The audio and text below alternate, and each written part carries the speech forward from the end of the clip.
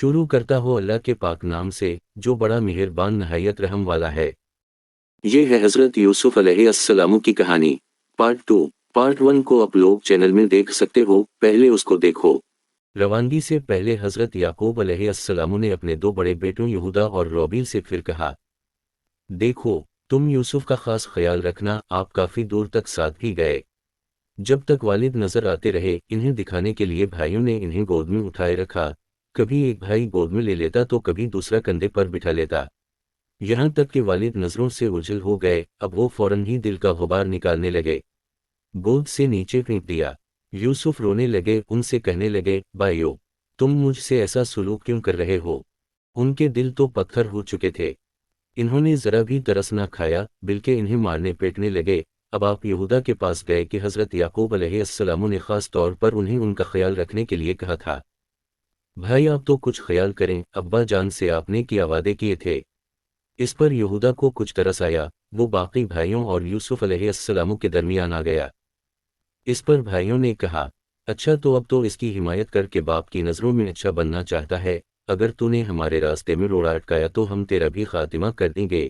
یہودا نے دیکھا کہ سارے بھائی ایک طرف ہو گئے اور وہ اکیلا رہ گیا ہے اور یہ مجھے بھی مار ڈالیں گے، تو اس نے کہا، تم نے یوسف کو مار ڈالنے کا ارادہ کر ہی لیا ہے تو ایسا کرو، اسے کسی کنویں میں گرا دو، اس طرح سانپ بھی مر جائے گا اور لاٹھی بھی نہیں ٹوٹے گی۔ اس جنگل میں ایک ویران کنواں موجود ہے، اسے اس میں گرا دو، یہ اپنی موت آپ مر جائے گا۔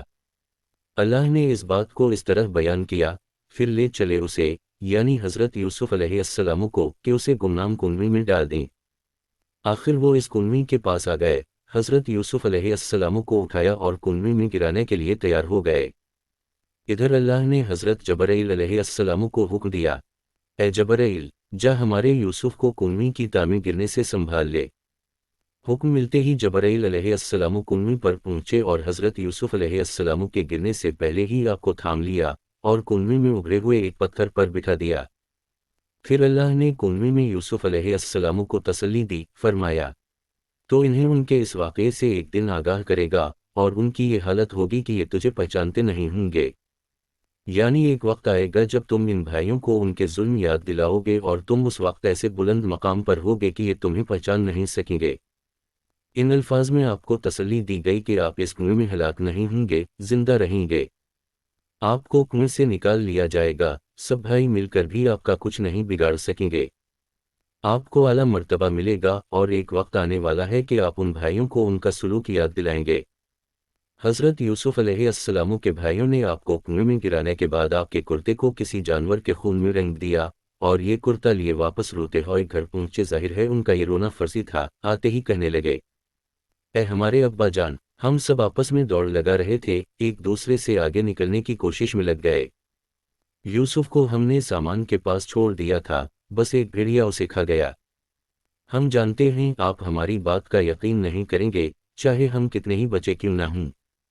انہوں نے یہ جھوٹی کہانی پھر حضرت یوسف کا خون میں لتڑا ہوا کرتا یعقوب علیہ السلام کو دکھایا، لیکن ان میں اتنی عقل نہیں تھی کہ کرتے کو چیر پھاڑ ڈالتے بس خون لگا کر لے آئے۔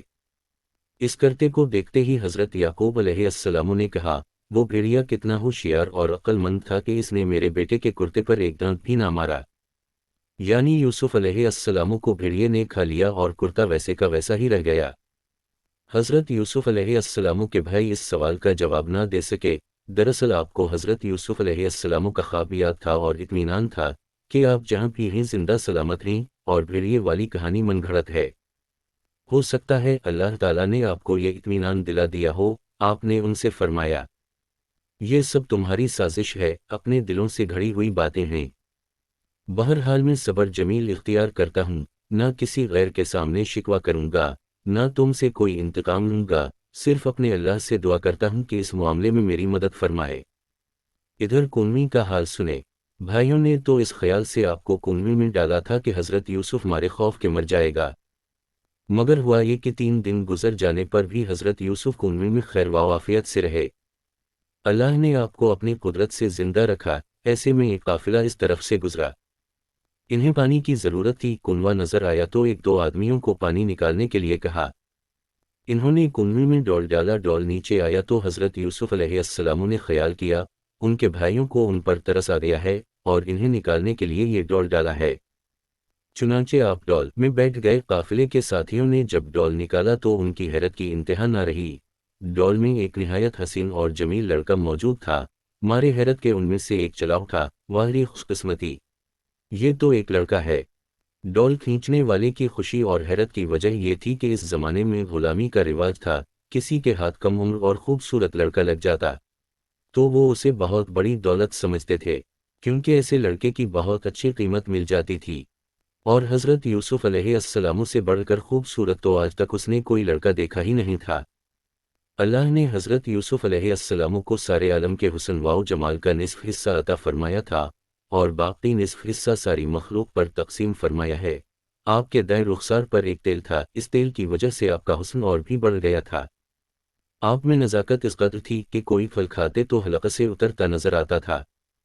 حضرت یوسف علیہ السلام کے بھائی انہیں کنویں میں ڈالنے کے بعد بالکل بے فکر نہیں ہو گئے تھے، بلکہ کنویں کے آس پاس پھرتے رہتے تھے کہ دیکھیں یوسف کا کیا بنتا ہے۔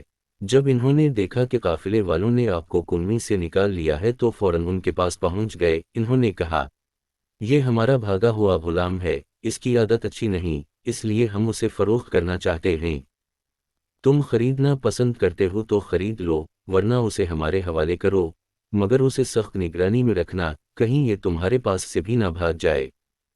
قافلے والوں نے آپ کو چند سیکوں میں خرید لیا۔ آپ کے بھائیوں نے وہ چند سیکے بھی آپس میں تقسیم کر لیے، البتہ یہودا نے وہ پیسے نہیں لیے۔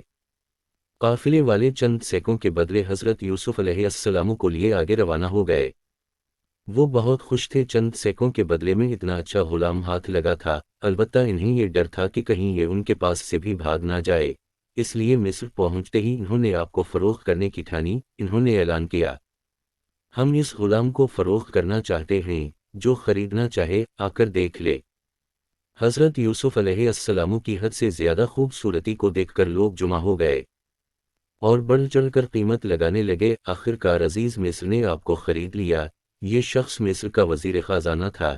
ایک روایت کے مطابق وہ فوج کا افسر تھا۔ اس کی بیوی کا نام زلیخا تھا، اس کا نام رائل آیا ہے۔ عزیز مصر نے اس سے کہا، دیکھو کتنا پیارا ہونہار لڑکا ہے، اسے پورے احترام سے رکھنا، غلاموں جیسا معاملہ نہ کرنا، شاید بڑا ہونے پر ہمارے کام آئے۔